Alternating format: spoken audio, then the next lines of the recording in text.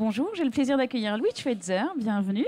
Vous êtes le président d'Initiative France. Alors, est-ce que vous pouvez nous rappeler en quelques mots en quoi ça consiste? Bon, Initiative France, c'est le premier réseau français d'aide à la création et à la reprise d'entreprises. Quelques chiffres, 16 500 entreprises créées par an, un peu plus de 40 000 emplois par an, un taux de succès de 87% au bout de 3 ans, c'est-à-dire des entreprises qui réussissent.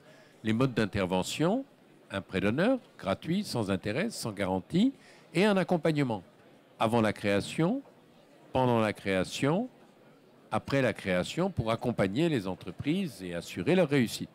Et notre système, c'est que nous aidons les entreprises à obtenir un crédit bancaire qui est un multiple du prêt d'honneur que nous faisons. Alors justement, vos chiffres le prouvent, la création d'entreprise est à la cote en France. Alors, créer une entreprise, finalement, quand on crée une entreprise, on est très aidé, mais c'est dans la phase suivante peut-être que ça pose des problèmes. Dans la première phase de croissance, comment vous accompagnez ces entreprises ensuite?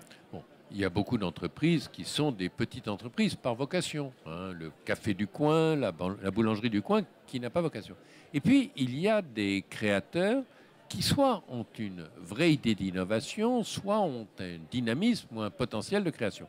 Et l'expérience prouve qu'une entreprise qui a, mettons, 2 ans ou 3 ans, elle peut avoir un extraordinaire potentiel de création, mais elle n'a toujours pas la structure de bilan, l'historique, qui fait que la banque est prête à l'aider. Et donc, à ce moment-là, il faut une aide pour ne pas freiner cette première création, parce qu'on sait que la création d'entreprise est beaucoup moins développée en France que la création d'entreprise. Et donc, ces gens-là, on leur apporte une aide, un prêt d'honneur supplémentaire et un accompagnement supplémentaire. C'est un prêt qui vient s'ajouter. Prenons un exemple concret. Une PME qui a une idée géniale, qui est de faire une entreprise de maisons passives, donc des maisons zéro énergie. Bon, le créateur, ça marche très bien. Il a plein de clients. Mais il faut un besoin de fonds de roulement, il faut des fonds supplémentaires. Et les banques disent attendons de voir.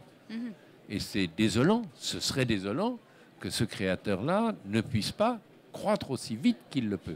Donc c'est là que nous intervenons et c'est une activité que nous voulons développer.